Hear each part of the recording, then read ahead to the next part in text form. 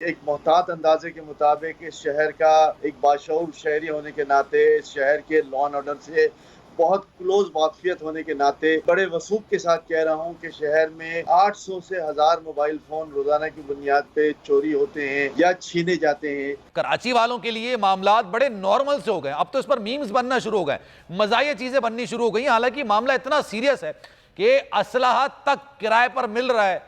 ये कराची के अवाम पर किन लोगों को छोड़ा हुआ है? ये अगर कहीं से आए हैं, हमारे जो रहबर हैं, हमारे जो हिफाजत करने वाले लोग हैं, वो कहते हैं आप इनकी हिदायत पर अमल करें वरना ये गोली मार देंगे। सर, ये कानून के रखवालों का बयान हो सकता है, आपको लग रहा है? बिस्मिल्लाहिर्रहमानिर्रहीम, बहुत बहुत शुक्रिया। ये जो बयानात हैं जो आपने अभी जिक्र किया और इससे पहले भी एडिशनल आईजी और आईजी साहब के बयानात जो हैं, मैं ये समझता हूँ कि ये बयानात बेहतर अंदाज में भी दिए जा सकते थे और इन बयानात से शहर के शहरियों की हौसला शिकनी हो रही है और वो ये समझ रहे हैं कि हम बेयार मददगार हो गए हैं।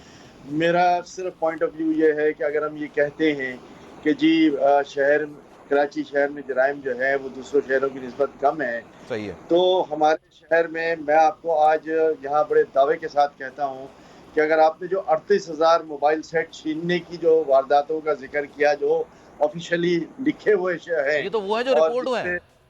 जी रिपोर्ट हुए हैं, तो क्या अनरिपोर्टेड फिगर्स आप समझते हैं कि क्या होंगे? मैं आपको एक मोहतात अंदाजे के मुताबिक इस शहर का एक बाशऊर शहरी होने के नाते, इस शहर के लॉ एंड ऑर्डर से बहुत क्लोज वाकफियत होने के नाते बड़े वसूख के साथ कह रहा हूँ कि शहर में 800 से 1000 मोबाइल फ़ोन रोज़ाना की बुनियाद पे चोरी होते हैं या छीने जाते हैं और ये क्राइम में से मैं समझता हूँ कि हार्डली 20, 25, 30% जो है रिपोर्ट होते हैं। बाकी क्राइम जो है वो अनफॉर्चुनेटली रिपोर्ट नहीं होते और उस पर जो है फिर हमारे सर, दावे एक आ तो जाते मोबाइल हैं। हाथ से चला जाए, उसके बाद उसको रिपोर्ट करने जाए तो वहां पर भी कुछ देना पड़ जाता है। आम शहरी तो इसी चक्कर में आगे पीछे हो जाता है ना। मैंने मैंने हमेशा मीडिया पे ये कहा है कि ये जिम्मेदारी जो है एक्चुअल फिगर्स की जिम्मेदारी हम मोबाइल ऑपरेटर से लें कि एक महीने के दरमियान कितनी सिमें उन्होंने री इशू की हैं और किस बुनियाद पे री इशू की हैं। मेरा ख्याल है अगर ये दो फिगर्स हमारे सामने आ जाएं तो शहर में जो जराइम की हौलनाक सूरत हाल है वो आपके सामने आ जाएगी और मैं समझता हूँ कि अरबाब इख्तियार के आंखों के आगे जो पट्टी पड़ी हुई है वो पट्टी हटेगी। आज मैं समझता हूँ कि ये वाकई अहम तरीन ज़रूरत है कि हमें इन क्राइम से रूगर्दानी के बजाय इन क्राइम को ख़त्म करने के लिए उसके सद्देबाब के लिए जो है वो तवज्जो देने की ज़रूरत है। और किसको सर, उसके किसको तवज्जो देने के बेज़मीनी लिए जरूरत है? सर, जो जिसको तवज्जो देनी चाहिए वो इस तरह के बयानात देते हैं कि जनाब आप उनकी हिदायत पर अमल करें। सर, मेरा एक छोटा सा सवाल है। सर, आप ये देखिए, अगर ये बयान जराइम पेशा अफराद ने भी सुना होगा, उनको लगा होगा यार हम बादशाह हैं। आपने जो इंडिया की जो इस तरह की गैंगस्टर्स की मूवीज देखी होंगी, वो वैसी किसी से नहीं डरते हैं। फिर आप पुलिस तरह इस तरह के बयानात देते हैं, वो तो अपने आप को शहर का वाली वारिस समझेंगे। देखिए, इस बयान की जो असल हकीकत है वो ये है कि लोगों को ये तलकीन की जाती है कि गैर ज़रूरी रेजिस्टेंस जो है वो खुदा न खास्ता किसी हादसे का नतीजा बन सकती है और ये तंबीह किसी और सूरत में भी की जा सकती थी, लोगों को हिदायत जारी की जा सकती थी।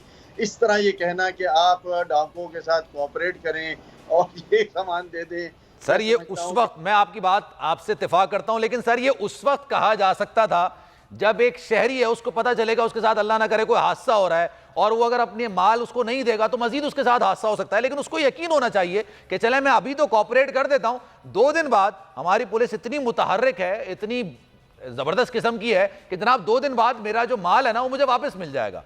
सर, शहरी जो सारी जमा पूंजी लगाता है वो कैसे करेगा? सर, है हमें इसकी सोल्यूशन की तरफ जाना चाहिए और सोल्यूशन सिर्फ और सिर्फ सेफ सिटी प्रोजेक्ट है जो अनफॉर्चुनेटली हम नहीं ला पाए सालों साल की मेहनत के बावजूद भी। आज फौरी तौर पर सेफ सिटी प्रोजेक्ट का जो है वो इनेकाद होना चाहिए। इस शहर को इस मुसलसल अजाब से निजात दिलानी चाहिए और देखिए बात यह है कि क्रिमिनल्स जो भी हों, जब तक उनके ऊपर कार्रवाई नहीं की जाती वो ये समझते हैं कि हमें फ्री हैंड है, हम क्राइम करेंगे ना, हम पकड़े जाएंगे, शहरी हमें रेजिस्टेंस भी नहीं देंगे और सही अगर है। खुदा ना खास्ता पकड़े जाएंगे तो हमारे पास कोई जो है वो सबूत नहीं होगा।